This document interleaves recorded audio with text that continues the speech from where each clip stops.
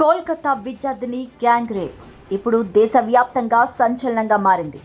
కోల్కతాలోని law college క్యాంపస్లో 24 ఏళ్ల విద్యార్థినిపై ముగ్గురు మానవ మృగాలు సామూహిక అత్యాచారానికి పాల్పడ్డాయి.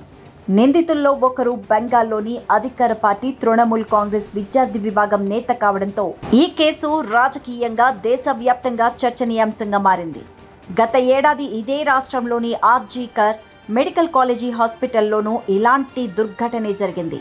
అక్కడి పీజీ వైద్యురాలిపై అత్యాచారానికి పాల్పడ్డాడు ఓ వ్యక్తి. కోల్కతాలోని లా కాలేజ్ క్యాంపస్లో 24 ఏళ్ల విద్యార్థినిపై ముగ్గురు వ్యక్తులు సామూహిక అత్యాచారానికి దిగారు. నిందితుల్లో అధికార టీఎంసీ పార్టీకి చెందిన విద్యార్థి విభాగం నేతతో పాటు మరో ఇద్దరు ఈ దారుణానికి పాల్పడ్డారు.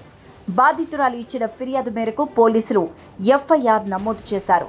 అయితే ఆమె ఫిర్యాదుతో సంచలన విషయాలు ఒక్కొక్కటిగా వెలుగులోకి వస్తున్నాయి. తాను పెళ్లికి నిరాకరించడంతో మనోజిత్ మిశ్రా కోపంతో రగిలిపోయి తనపై విచక్షణ రాహిత్యంగా దాడి చేశాడని చెప్తోంది. ఆమె అప్పటికే మరొకరితో ప్రేమలో ఉంది.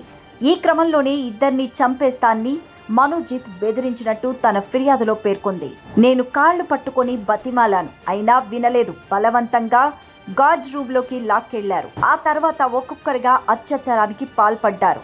కాళ్లు పట్టుకొని ప్రాధేయపడినా నా గోడు వినిపించుకోలేదు అంటూ బాధితురాలు ఫిర్యాదులో పేర్కొంది.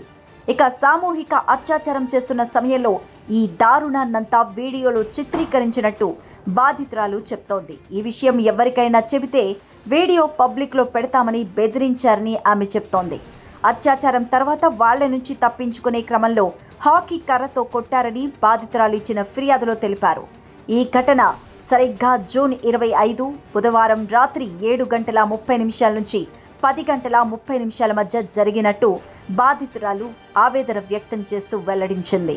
ఇక ఈ ఘటనకు సంబంధించి ముగ్గురు నిందితులను పోలీసులు అరెస్టు చేశారు. మనోజిత్ మిశ్రా, అహ్మద్ ముఖర్జీలుగా గుర్తించారు. వారి మొబైల్ ఫోన్లను సైతం సీజ్ చేశారు. ఈ కేసుపై పూర్తి స్థాయిలో విచారణ, దర్యాప్తు చేస్తున్నారు.